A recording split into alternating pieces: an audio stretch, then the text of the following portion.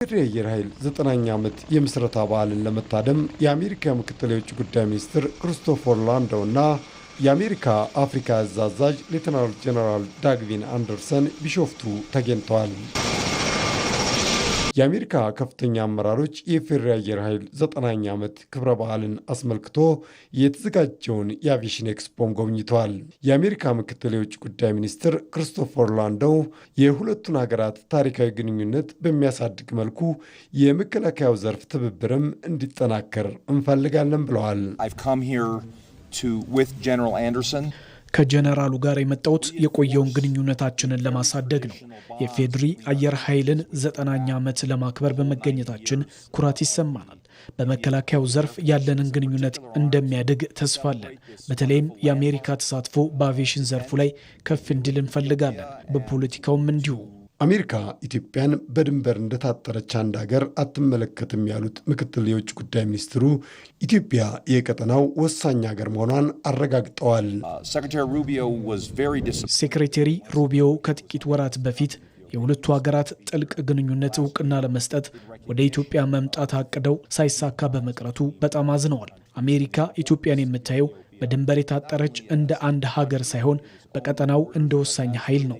በጋራ እያሰብን በቀጠናው ያለውን ችግር በጋራ ለመፍታት የምንሰራ ሀገራት ነን። እኔ የመጣሁት የሁለቱ ሀገራት አመራሮች እንዴት በጋራ መስራት እንዳለባቸው ለመነጋገርና ሁለቱ ሀገራት ጠንካራ ብልጽግናቸውና ሰላማቸው የተረጋገጠ የሚሆንበትን መንገድ ለማበጀት ነው። አንድነት ብርቱ ውጤት አለውና። የአሜሪካ አፍሪካ አዛዥ ሌተናል ጄኔራል ዳግቪን አንደርሰን በበኩላቸው አልሸባብና አይኤስን የመሰሉ አሸባሪዎች በቀጠናው ሁከት እየፈጠሩ ባሉበት ሰዓት የኢትዮጵያ ወዳጅነት የማይተካ መሆኑን አንስተዋል።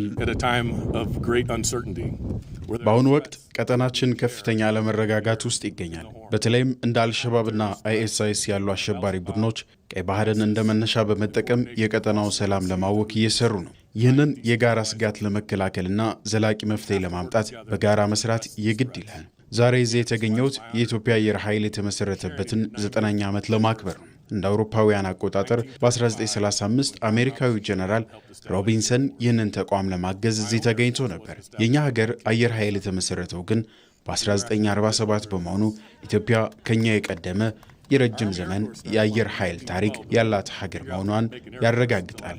ኢትዮጵያ በአቪዬሽኑ ዘርፍ መጪውን ትውልድ አስባ እየሰራች መሆኑን ተገንዝቤያለሁ ያሉት ጀነራሉ አሜሪካም ይህን እንደምታግዝ ገልጸዋል።